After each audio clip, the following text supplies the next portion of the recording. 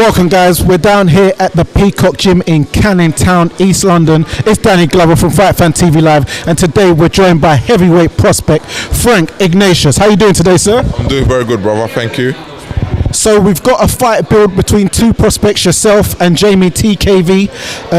You're both friends. Also another fight on the card with Adam Azim and Ahara Davis as friends. I was saying that this build should have been billed maybe as a friends voltage rather than high voltage. What do you think about that name? Yeah, nah, definitely. I think you should have a chat with Ben about it. You might have a better one.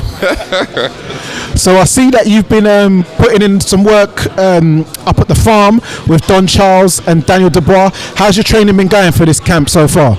Honestly, my training's been really good. I can't complain. I feel like this will definitely be the best camp, funnily enough, I've had in my last 3 fights so far. Things are really just starting to heat up, and I'm really looking forward to the next few weeks. So this is like your 4th 50-50 fight. How do you think that your career's been progressing, and do you like the fact that you're being thrown in the deep end, getting tough matchups rather than, a lot of knockover jobs? You fought Jose Stewart twice, you fought Steve Robinson, Ivan Drago from Newcastle, and now you're fighting Jamie TKV.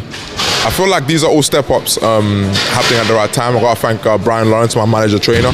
He's kind of been the mastermind behind my journey, and I feel like all the fights I've had, I've grown from them, and I think this fight with Jamie will be another fight doing the same thing. Talking about Brian Lawrence, because he's a man who's stays quiet within the shadows, but he has a lot of experience in the game, training guys like Ian Napa and a lot of other champions over the years. So how did you manage to link up with him and get him as your trainer and manager in the first place? Honestly, I think it was serendipity, you could look at it, because literally I just happened to go down to TKO one day. I just thinking, I kind of was aware that I needed to make a change, and I needed guidance, I should say, for the next stage of my career. And we just happened to link up together, and it was just a pure coincidence. He said, come down, train with me. We did, and we just gelled from day one. So with this fight, was Jamie TKV the first opponent brought to you, or did you have a few selection of names and he just happened to be the one that took the fight, or the one pulled out of the hat? Listen, the truth of the matter is we've had a few in terms of fights being offered to me. This was the one that made the most sense. Me and my manager both were of one mind, and I believe it was the right time. We heard Ahara Davis up there earlier. It was a very friendly press conference between yourself, Jamie TKV, Fran and Michael McKinson. And then, what did you think about Ahara Davis? He couldn't really get at Adam, so he just went for all of us. So listen. Ahara's a good friend of mine, but he is who he is, and it's a character as well. We love and hate him in the game. I feel like he is a fighter that will. That he's a consummate professional, so he will prepare for this fight with Adam Azim. So, despite the antics, I think we're going to see an Ahara Davis that is as ready as he can be for Adam Azim. I think that fight will be a genuine 50-50, but I wish him all the best. He's my friend. Also with you and Jamie TKV, this is a fight not just for who can go on to the next stage, but I think it's a fight maybe for some West African bragging rights, yourself being Nigerian, Jamie TKV being Congolese. So what are we saying?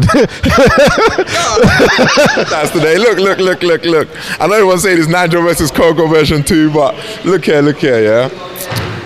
I got a lot of love for my Congolese brothers and sisters, yeah, everyone knows. And me personally, I feel like this fight though will be a tasty one. I feel like it'll be a tasty one just because us knowing each other is going to bring the best out of each other. I feel like we're both going to be hungry on the night, and it's going to be a cracking fight, man. I feel like everyone who's coming there to support, all the Nigerians need to tune in. You got to back your boy. I'm sure the Congolese people got him. And listen, man, it's going to be absolute fireworks, and I can't wait. So what tribe are you, by the way? I'm an Igbo man, loud and proud. Do you know why? I thought you was Cameroonian. Do you know why? Because you look a bit like Vic Santoro. Really? Man, come on, man, I like Vic, Listen, I got a lot of love for Vic, Yeah, come on, I like that. Yeah. Vic Santoro, I love that, man. I'm a big fan of him. Yeah. Big fan. I love his music as well, Shout out to Vic, man. Yeah, come on.